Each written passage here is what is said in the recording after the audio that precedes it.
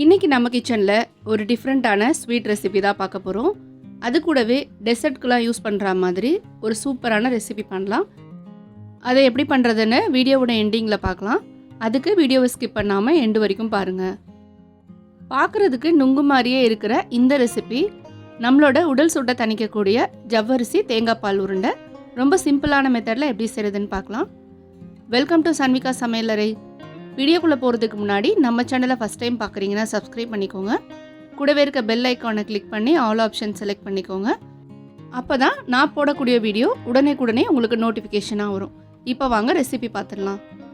ஒரு மிக்சிங் பவுலில் 200 கிராம் அளவுக்கு ஜவ்வரிசி எடுத்திருக்கேன். இது சரியாக 1 கப் அளவு இருக்கும். ஜவ்வரிசி நீங்கள் எந்த சைஸில் வேணால் எடுத்துக்கலாம், சின்னதும் பெருசுமா. இப்போ இதை ஒரு 2 முறை நல்லா அலசி எடுத்துக்கலாம். நான் எடுத்திருக்க அளவுக்கு எனக்கு சரியாக 5 உருண்டை வந்தது. உங்களோட அளவுக்கு தகுந்த மாதிரி நீங்கள் ஜவ்வரிசியை கூடவோ குறைச்சிக்கவோ செஞ்சுக்கலாம். இப்போ இதை நல்லா கழுவி எடுத்துட்டு இதில் 1/2 டீஸ்பூன் அளவுக்கு உப்பு சேர்த்துக்கலாம்.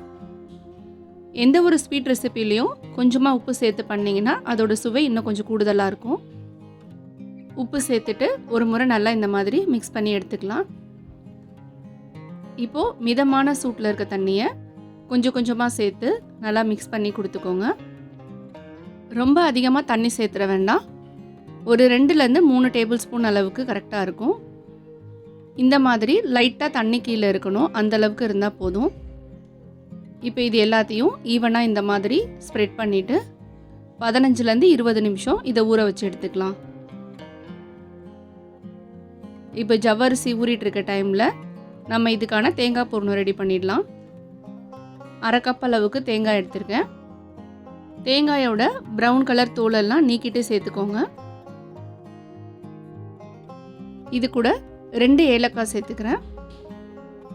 நீங்கள் ஏலக்காய் தூள் வச்சுருந்தீங்கன்னா தேங்காயை அரைச்சதுக்கப்புறமா சேர்த்துக்கலாம். இப்போ இதை பல்ஸ் மோடில் நல்லா துருவி எடுத்துக்கோங்க. தேங்காயை நீங்கள் தேங்காய் துருவலில் கூட சீவி எடுத்துக்கலாம். ஆனால் மிக்சர் ஜாரில் சேர்த்து பண்ணும்போது நல்லா உதிரியாக ஒரே மாதிரி இருக்கும், பூ மாதிரி. இந்த அளவுக்கு நல்லா பல்ஸ் மோடில் அரைச்சி எடுத்ததும் இதை ஒரு பவுலில் மாற்றிக்கலாம்.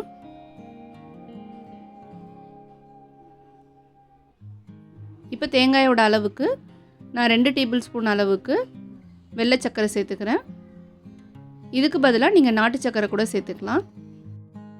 வெல்லம் சேர்க்க வேண்டாம். வெல்லம் சேர்த்திங்கன்னா ஜவ்வரிசி உருண்டை ரொம்ப ப்ரௌனிஷாக மாறிடும். இப்போ சர்க்கரை சேர்த்து ஒரு முறை நல்லா கிளறிட்டு தனியாக எடுத்து வச்சுக்கலாம். இப்போது 15 நிமிஷம் நல்லா ஜவ்வரிசி ஊறி வந்திருக்கு.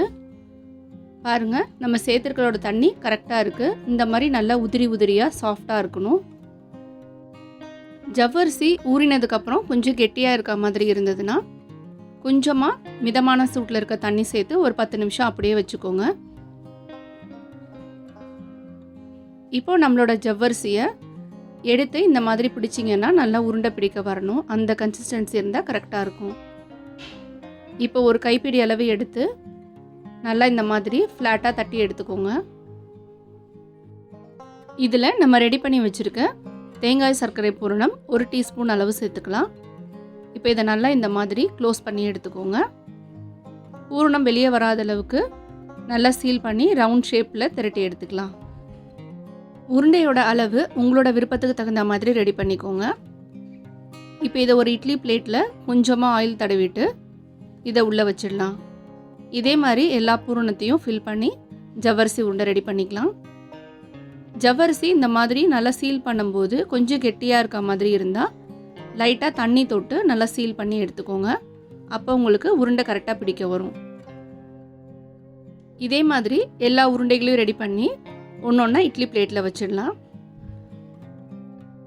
ஜவ்வரிசி ஊறி வரும்போது நல்லா உதிரியாக சாஃப்டாக ஊறி இருந்தால் மட்டும்தான் உருண்டை விரிசல் இல்லாமல் வரும். இப்போ இது இட்லி பிளேட்டில் வச்சுட்டு 10லேருந்து 15 நிமிஷம் நல்லா ஆவியில் வேக வச்சு எடுத்துக்கலாம். உருண்டை வெந்துட்டு இருக்க டைமில் இதுக்கு தேங்காய் பால் ரெடி பண்ணிடலாம். இதுக்கு நான் 1/2 கப்லேருந்து 3/4 கப் அளவுக்கு தேங்காய் எடுத்திருக்கேன். இதையும் பின்னாடி தோலெல்லாம் ரிமூவ் பண்ணிவிட்டு மிக்சர் ஜாரில் மாற்றிக்கலாம். இந்த ரெசிபிக்கு நம்மளுக்கு திக்கான தேங்காய் பால் தான் தேவை. அதனால் 1/2 கப்லேருந்து 1 கப் அளவு மட்டும் தண்ணி சேர்த்து இந்த மாதிரி நல்லா திக்காக அரைச்சி எடுத்துக்கலாம். இப்போது தேங்காய் பாலை நல்லா வடிகட்டி எடுத்துக்கோங்க. வடிகட்டி எடுத்ததுக்கப்புறம் மீதம் இருக்க தேங்காயோட சக்கையை தூக்கி எறிய வேண்டாம். இதை வச்சு தான் நம்ம டெசர்ட்க்கெலாம் யூஸ் பண்ணுற அந்த ரெசிபி பார்க்க போகிறோம். அதனால இதை தனியாக எடுத்து வச்சுக்கலாம். இப்போ தேங்காய் பால் வடிகட்டினதுக்கப்புறம் இந்த அளவுக்கு நல்லா திக்காக இருக்கான்னு பார்த்துக்கோங்க. இது கூட 1 டேபிள் ஸ்பூன் அளவுக்கு சர்க்கரை சேர்த்துக்கலாம். என்கிட்ட ஏலக்காய் தூள் இருந்ததுனால நான் 1/4 டீஸ்பூன் அளவுக்கு சேர்த்துருக்கேன். இல்லைனா நீங்கள் தேங்காய் அரைக்கும் போதே 2 ஏலக்காய் சேர்த்து அரைச்சி எடுத்துக்கோங்க. இதை நல்லா கலந்து சர்க்கரை கரையிற வரைக்கும் இதை தனியாக எடுத்து வச்சுக்கலாம். இப்போ நம்மளோட ஜவ்வரிசி உருண்டையும் நல்லா வெந்து தயாராக இருக்குது. ஜவ்வரிசி உருண்டை வெந்துருச்சான்னு செக் பண்ணுறதுக்கு இந்த மாதிரி கண்ணாடி பதம் வந்தாலே கரெக்டாக இருக்கும். இப்போ இதை எடுத்து சர்வ் பண்ணிடலாம். ஒவ்வொரு உருண்டையாக பிளேட்டில் வச்சுட்டு இதுக்கு மேலே நம்மளோட ரெடி பண்ணி வச்சுருக்க தேங்காய் பூரணத்தை கார்னிஷ்காக கொஞ்சமாக மேலே வச்சிடலாம். தேங்காய் பால் பிடிக்காதவங்க இதை அப்படியே இந்த மாதிரி தேங்காய் சர்வ் பண்ணிவிட்டு சாப்பிட்லாம். அப்படி இல்லைன்னா நம்ம ரெடி பண்ணி வச்சுருக்க திக்கான தேங்காய் பாலை இந்த மாதிரி ஜவ்வரிசி உருண்டைக்கு மேலே ஊற்றி ஒரு 10 நிமிஷம் ஊற வச்சுட்டு சாப்பிட்டிங்கன்னா நல்ல டேஸ்டியான ஜவ்வரிசி தேங்காய் பால் உருண்டை ரெடி. உடல் சூட்டை தணித்து குளிர்ச்சி ஊட்டுறதுக்கு இந்த ஜவ்வரிசி தேங்காய் பால் உருண்டையை அடிக்கடி செஞ்சு பாருங்கள். வெறும் ஜவ்வரிசி தேங்காய் இருந்தால் போதும், இன்ஸ்டண்ட்டாக அரை மணி நேரத்தில் செஞ்சிடலாம். ட்ரை பண்ணி பார்த்துட்டு எப்படி இருக்குன்னு கமெண்ட்டில் சொல்லுங்கள். இதே மாதிரி சிம்பிள் அண்ட் ஈஸியான ஹெல்த்தி ரெசிபீஸ்லாம் பார்க்குறதுக்கு நம்ம சேனலை மறக்காமல் சப்ஸ்கிரைப் பண்ணிக்கோங்க. இப்போ வாங்க ஸ்டார்டிங்கில் சொன்ன அந்த டெசர்ட் ரெசிபி என்னன்றதை பார்க்கலாம். நம்ம எடுத்து வச்சுருக்க தேங்காயோட சக்கையை அடிகனமான பேனில் சேர்த்துக்கலாம். பேனில் தண்ணி எதுவும் இல்லாமல் நல்லா ட்ரையாக இருக்க மாதிரி பார்த்துக்கோங்க. இப்போ லோ ஃப்ளேமில் வச்சுட்டு இதை எல்லாத்தையும் இந்த மாதிரி நல்லா உடச்சி விட்டு மிக்ஸ் பண்ணிகிட்டே இருக்கலாம். இதுக்கு பேர் டெசிகேட்டட் கோகோனட். இதை நிறைய விதமான டெசர்ட் ரெசிபி, லட்டு ரெசிபிலாம் நீங்கள் பார்த்துருப்பீங்க. இப்போ நல்லா மிக்ஸ் பண்ணிகிட்டே இருந்தீங்கன்னா இது நல்லா ட்ரை ஆகி உதிரி உதிரியாக வரணும். அது வரைக்கும் நல்லா மிக்ஸ் பண்ணி எடுத்துக்கோங்க. மேலே இருக்க தோலோடு சேர்த்திங்கன்னா இது பார்க்குறதுக்கு இந்த மாதிரி நல்லா ஒயிட்டாக இருக்காது. அதனால் தோலெல்லாம் ரிமூவ் பண்ணிவிட்டு தேங்காய் பால் ரெடி பண்ணும்போது இதை செஞ்சு வச்சுக்கோங்க.